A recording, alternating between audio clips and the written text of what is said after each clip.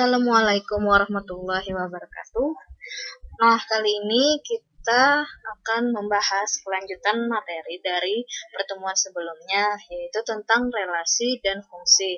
Nah, kemarin kita sudah membahas apa itu relasi, di mana relasi itu adalah suatu hubungan antara himpunan A dengan himpunan B, atau hubungan antara suatu himpunan. Nah, kemudian fungsi juga kita sudah singgung sedikit kemarin, yaitu fungsi adalah relasi yang menghubungkan antara dua himpunan di mana ada syarat-syarat tertentu untuk fungsi itu untuk relasi dikatakan sebagai fungsi. Nah, hari ini kita akan membahas tentang kelanjutannya, yaitu bentuk penyajian fungsi atau pemetaan.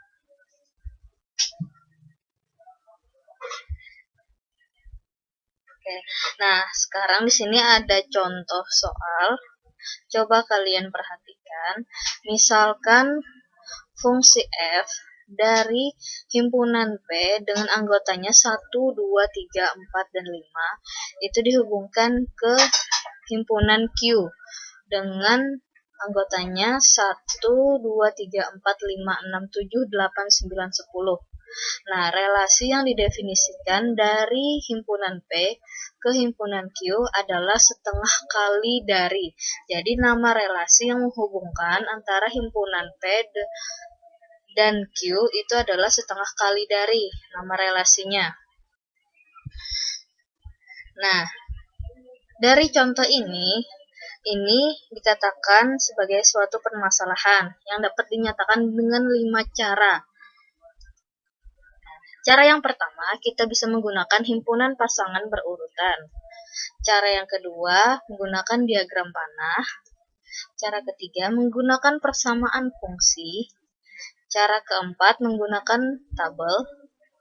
Cara kelima, menggunakan grafik. Nah, inilah 5 cara yang dapat kita gunakan untuk menyelesaikan permasalahan mengenai fungsi, penyajian fungsi. Oke, cara yang pertama itu menggunakan himpunan pasangan berurutan. Tadi di soal di sini saya tuliskan kembali. Diketahui fungsi f dari himpunan P ke Q dengan masing-masing anggotanya. Relasi yang didefinisikan adalah setengah kali dari. Nah, bagaimana cara kita menyajikan fungsi ini ke bentuk himpunan pasangan berurutan? Coba kita lihat. Nah, relasi ini dapat dinyatakan dengan himpunan pasangan berurutan, yaitu sebagai berikut. Nah, karena nama relasinya sudah ditentukan, yaitu setengah kali dari, maka fungsi f itu anggotanya adalah ingat, menyajikan himpunan. Kan di sini himpunan pasangan berurutan. Menyajikan himpunan itu harus selalu ada kurung kurawal seperti ini di awal dan di akhir. Kemudian anggotanya gunakanlah kurung biasa. Jadi di sini pasangannya 1 berpasangan dengan 2, 1,2. Kemudian 2 berpasangan dengan 4 atau 2,4. 3 dengan 6, 4 dengan 8, 5 dengan 10. Nah, jadi semua anggota P ini memiliki pasangan di anggota Q karena nama relasinya tadi setengah kali dari. Nah, kenapa 1 dengan 2? Karena 1 ini setengahnya dari 2. Kemudian 2 ini dengan 4. Karena 2 ini setengahnya dari 4. Nah, kemudian 3 dengan 6. 3 juga setengahnya dari 6. Kemudian 4 dengan 8. 4 setengah dari 8. 5 dengan 10, karena 5 setengahnya dari 10. Nah, inilah bentuk penyajian fungsi menggunakan himpunan pasangan berurutan. Nah, yang kedua, kita menggunakan diagram panah. Coba perhatikan. Ingat, Diagram panah bentuknya ada bentuk oval dengan di dalamnya itu anggota-anggota himpunannya. Di sini ada himpunan P dengan anggotanya 1, 2, 3, 4, dan 5. Kemudian ada himpunan Q, anggotanya 1 sampai 10. Nah, tinggal kita hubungkan antara himpunan P dengan himpunan Q dengan menggunakan relasi setengah kali dari. Nah, di sini 1 berpasangan dengan 2 sama seperti yang di himpunan pasangan berurutan tadi. 1 dengan 2 karena 1 itu setengah dari 2. Kemudian 2 dengan 4, 3 dengan 6, 4 dengan 8, dan 5 dengan 10. Nah, jadi semua anggota P di sini memiliki pasangan di anggota Q. Walaupun di Q ini, himpunan Q ini tidak semuanya memiliki pasangan. Ini tidak jadi masalah karena sudah memenuhi syarat suatu fungsi. Nah, selanjutnya penyajian fungsi menggunakan persamaan fungsi. Soalnya tetap yang ini. Nah, perhatikan pola berikut ini. Nah, dari di awal kita sudah menyajikan fungsi tadi menggunakan himpunan pasangan berurutan. Inilah polanya. 1 dengan 2, 2 dengan 4, dan seterusnya.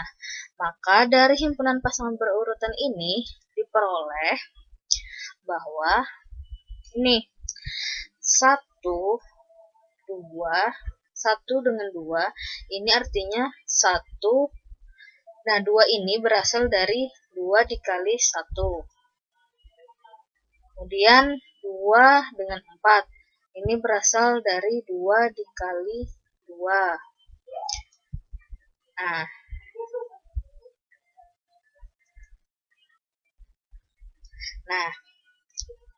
perhatikan di sini kolom ini, maksudnya yang di sebelah sini, ini semisalkan, nah di sini ibu pilah-pilah. Nah, yang di sini, sebelah kiri ini adalah anggota himpunan P, di mana dimisalkan sebagai X.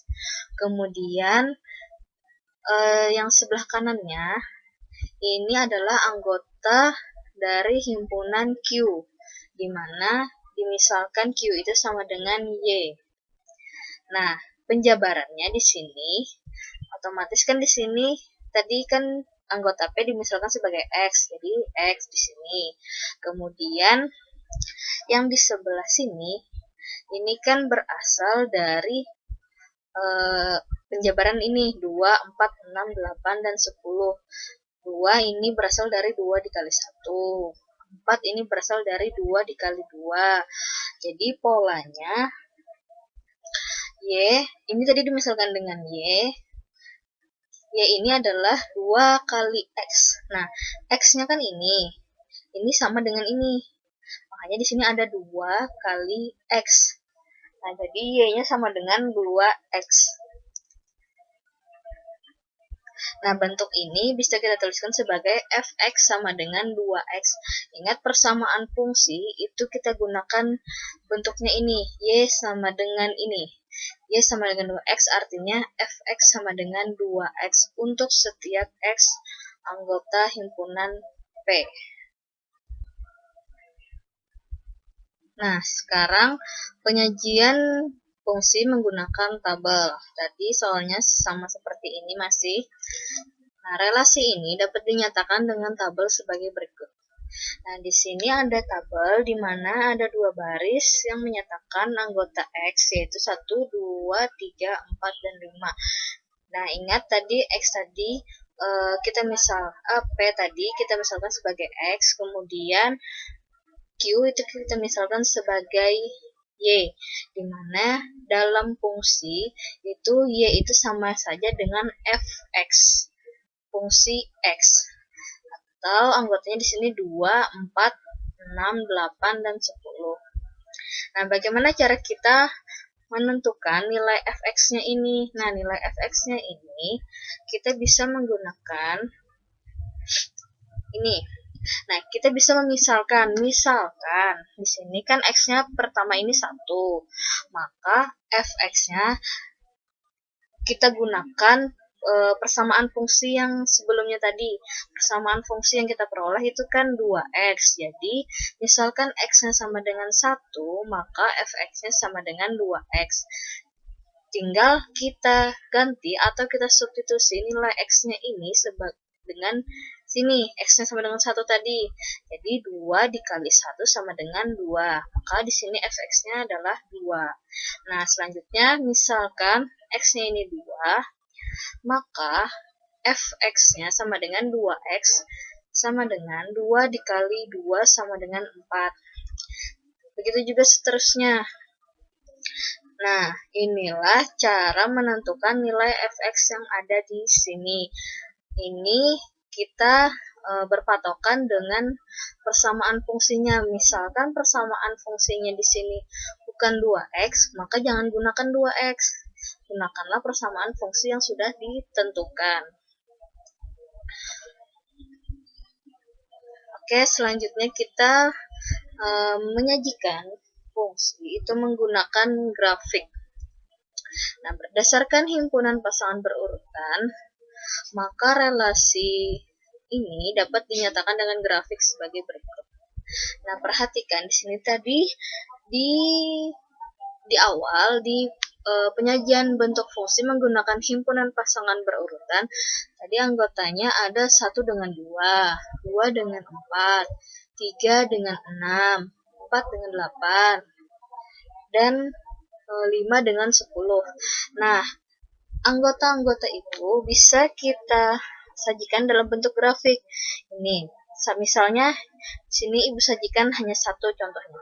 1 dengan 2 pasangannya, berarti di mana x-nya 1, y-nya sama dengan 2. Jadi titiknya di sini. Ingat bidang kartesius pada bab 2.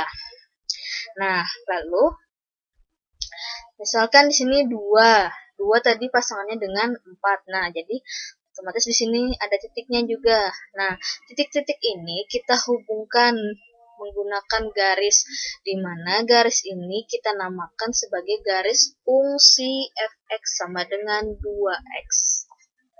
Ini bentuk penyajian fungsi menggunakan grafik.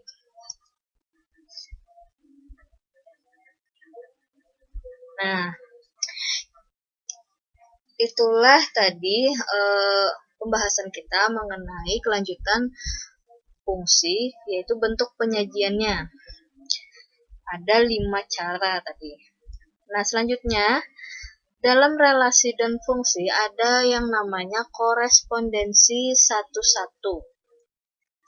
Apa itu korespondensi satu-satu? Coba kalian perhatikan, di sini ada contoh kehidupan nyata yang berkaitan dengan korespondensi satu-satu. Nah, ini gambar apa?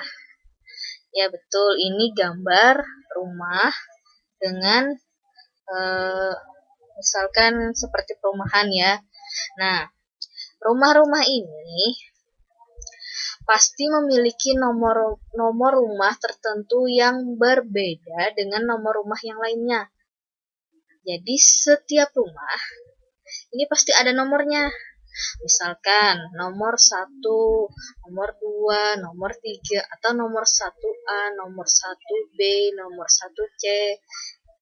Itu. Atau nomor A1, nomor A2 misalnya di blok A ya. Nah, ini di rumah-rumah ini tidak mungkin bahwa satu rumah itu memiliki 2 nomor rumah. Memiliki 2 nomor. Jadi satu rumah itu pasti hanya 1 nomornya. Nah, kemudian tidak mungkin juga bahwa 2 rumah itu memiliki nomor rumah yang sama. Kalau ada 2 rumah yang memiliki nomor rumah yang sama, maka pasti orang akan kebingungan. Yang mana yang benar? Nah, jadi hubungan antara rumah dan nomor rumah itu merupakan suatu fungsi yang disebut korespondensi satu-satu.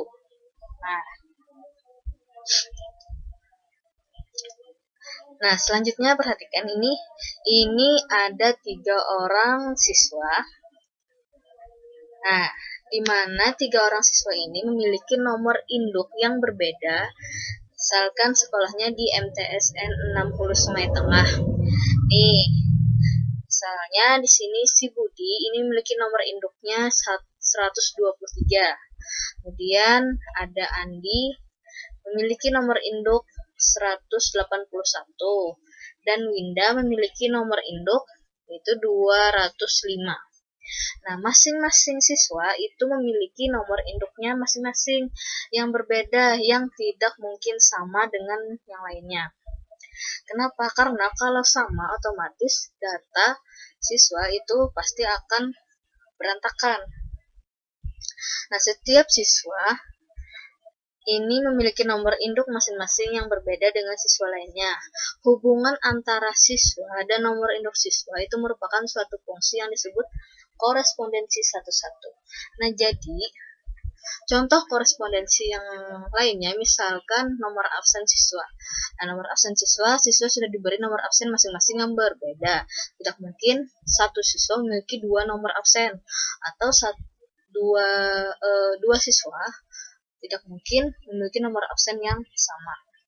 Itu contoh korespondensi satu-satu.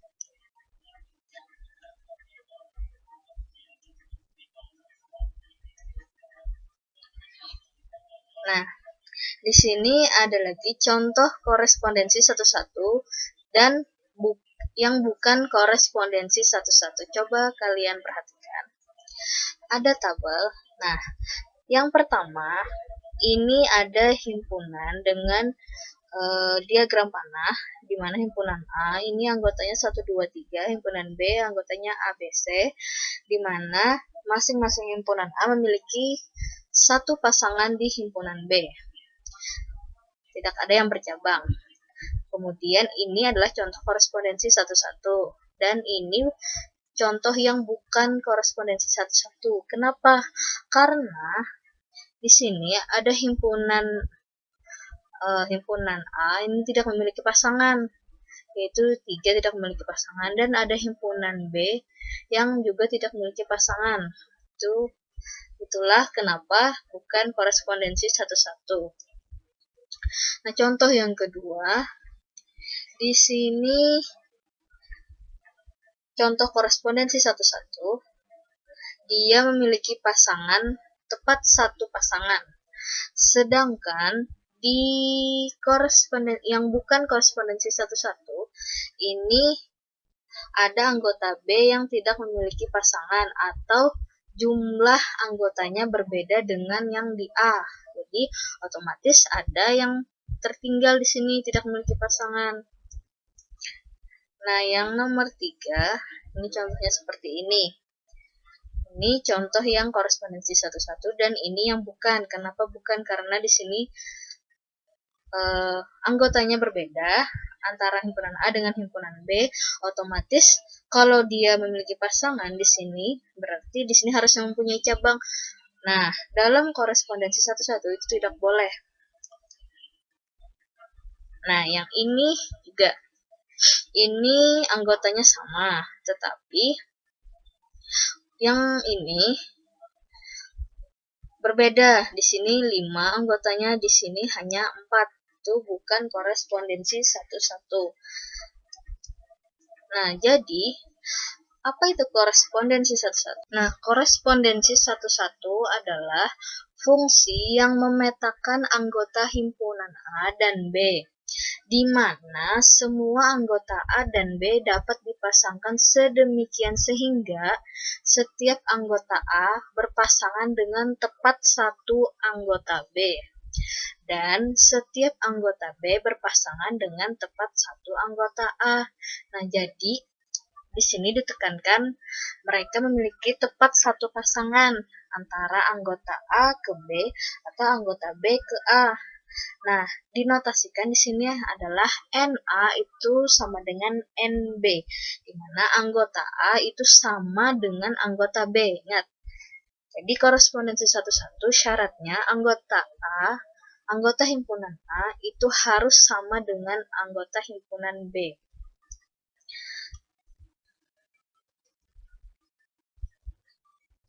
Nah, kemudian kita menentukan banyak korespondensi satu-satu. Nah, syarat korespondensi satu-satu yang paling utama itu adalah anggota himpunan A itu sama dengan anggota himpunan B, atau kita misalkan sebagai N. Nah, nih, anggota himpunan A itu sama dengan anggota himpunan B, jadi kita misalkan sebagai N di sini. Nah, di mana N itu adalah banyak anggotanya. Nah, bagaimana cara menentukan banyak korespondensi satu-satu? Banyak korespondensi satu-satu itu, ini rumusnya, N faktorial. Ada N, kemudian tanda seru, sama dengan N dikali N dikurang 1, dikali N dikurang 2, dikali titik-titik, dikali 3, kali 2, kali 1. Nah, ingat, kalau ada tanda seru seperti ini dibacanya faktorial. Jadi misalkan di sini N, berarti N faktorial. Nah, contohnya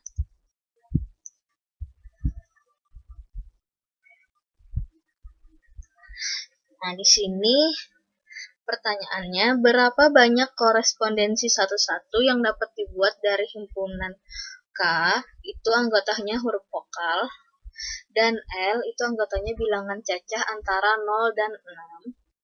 Nah, jadi kita diminta menentukan berapa banyak korespondensi satu-satu yang dapat dibuat. Penyelesaiannya kita jabarkan dulu himpunan masing-masing. Himpunan K tadi huruf vokal. Huruf vokal ingat ada A, I, U, E, O. Nah, di mana jumlah anggota himpunan K itu ada 5. Kemudian ada himpunan L dengan anggotanya bilangan cacah antara 0 dan 6. Jadi bilangan cacah itu dimulai dari 0. Karena di sini ada syaratnya antara 0 dan 6, maka dimulai dari 1. Jadi 1, 2, 3, 4, dan 5. Sehingga anggota himpunan L atau NL itu sama dengan 5. Nah, karena di sini NK itu sama dengan NL, yaitu sama-sama 5, maka banyak korespondensi satu-satu yang mungkin antara himpunan K dan L adalah 5 faktorial. Kenapa? Karena jumlah anggotanya sama-sama 5. Jadi 5 faktorial tinggal kita jabarkan. 5 dikali 4 dikali 3 dikali 2 dikali 1. Jadi faktorial itu perkalian menurun. Jadi misalkan di sini 10 faktorial, berarti di sini dari 10 dikali 9 dikali 8 dan seterusnya sampai dengan dikali 1. Nah, jadi 5 faktorial didapatlah perkaliannya 5 kali 4 kali 3 kali 2 kali 1 sama dengan 120 buah. Nah, jadi ada 120 buah korespondensi satu-satu yang dapat dibuat dari himpunan K dan L tersebut. Nah, demikianlah materi pada pertemuan ini. Semoga semuanya bisa dipahami. Jika ada yang ingin ditanyakan, silahkan kirimkan pertanyaan via WA ke Ibu. Nah, ini adalah pembahasan mengenai tentang bab 3, yaitu relasi, fungsi, dan korespondensi satu-satu. Jadi masing-masing itu memiliki syarat-syarat tertentu, dimulai dari relasi, kemudian fungsi, kemudian korespondensi satu-satu. Oke, Ibu akhiri sampai di sini.